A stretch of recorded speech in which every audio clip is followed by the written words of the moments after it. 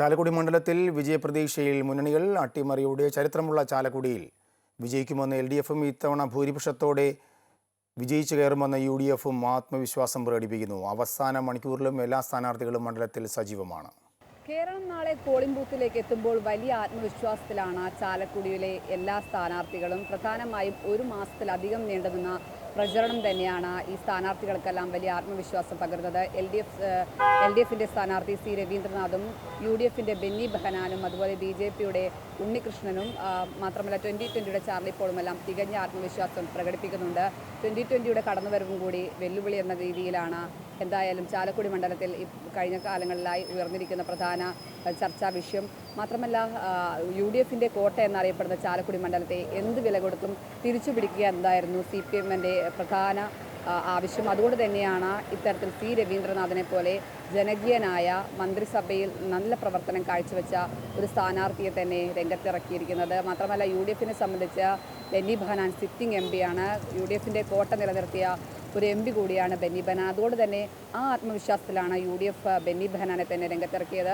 പ്രചരണത്തിലുടനീളം കൃത്യമായ രാഷ്ട്രീയം പറഞ്ഞു തന്നെയായിരുന്നു സ്ഥാനാർത്ഥികളുടെ പ്രചരണമെല്ലാം മുന്നോട്ട് പോയത്. കാരണം ഒരു തരത്തിലുള്ള വിവാദ പരാമർശങ്ങളും ഒന്നും ചാലക്കുടിയിൽ നിന്നും ഉണ്ടായില്ല. മാത്രമല്ല സ്ഥാനാർത്ഥികൾ തമ്മിലുള്ള ഒരു പോർക്കളം പോലും ഈ ചാലക്കുടിയിൽ ഉണ്ടായില്ല. അതുകൊണ്ട് തന്നെ കൃത്യമായ തെരഞ്ഞെടുപ്പ് പ്രചരണം, ഒരു മാസക്കാലം നീണ്ടുനിന്ന തെരഞ്ഞെടുപ്പ് പ്രചരണത്തിലൂടെ കൃത്യമായ രാഷ്ട്രീയം ജനങ്ങളിലേക്ക് എത്തിക്കാൻ കഴിഞ്ഞെന്ന വിശ്വാസത്തിൽ തന്നെയാണ് ഇരു മുന്നണികളും.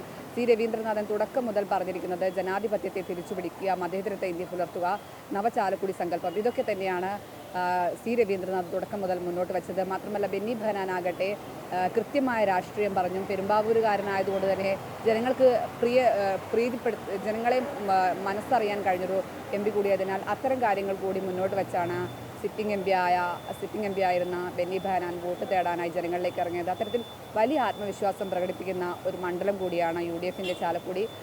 UDF ചാലക്കുടിയെ കണക്കാക്കുന്നത്. മാത്രമല്ല ചാർലി പോളിൻ 2020യുടെ രംഗപ്രവേശനം കൂടി ഈ ലോക്സഭാ തെരഞ്ഞെടുപ്പിലുണ്ട്. അത് ആർക്കാകും വെല്ലുവിളിയാകുക എന്നതാണ് പ്രധാനമായും ഇനി അറിയാനുള്ളത്. മാത്രമല്ല ചാലക്കുടിയെ സംബന്ധിച്ച് തൃശ്ശൂരും എറണാകുളവുമായി വ്യാപിച്ചു കിടക്കുന്ന മണ്ഡലമാണ്. അതുകൊണ്ട് തന്നെ കൃത്യമായ രാഷ്ട്രീയം ഓരോ മണ്ഡലത്തിലുമുണ്ട്. 4 നിയമസഭാ മണ്ഡലങ്ങൾ UDF ആണ് ഭരിക്കുന്നതെങ്കിൽ 3 നിയമസഭാ മണ്ഡലങ്ങൾ LDFിൻ്റെ കയ്യിലാണുള്ളത്. അതുകൊണ്ട് തന്നെ എല്ലാ മണ്ഡലങ്ങളിലും ലോക്സഭ ഓരോ സ്ഥലങ്ങളിലും കൃത്യമായ രാഷ്ട്രീയം ജനങ്ങൾ മുന്നോട്ട് വയ്ക്കുന്നുണ്ട്. അതുകൊണ്ട് തന്നെ ഏത് തരത്തിലേക്ക് ഇത്തവണ ചാലക്കുടി മാറുമെന്നറിയാൻ ജനങ്ങളാണ് തീരുമാനിക്കേണ്ടത്. മാത്രമല്ല ചാലക്കുടിയെ സംബന്ധിച്ച് അട്ടിമറിയുടെ ചരിത്രമുണ്ട്. 2014 ഇന്നസെൻ്റ് വിജയിച്ച മണ്ഡലമാണ്. സ്വതന്ത്ര സ്ഥാനാർത്ഥിയെ മത്സരിച്ച ഇന്നസെൻ്റ് വിജയിച്ച മണ്ഡലമാണ്.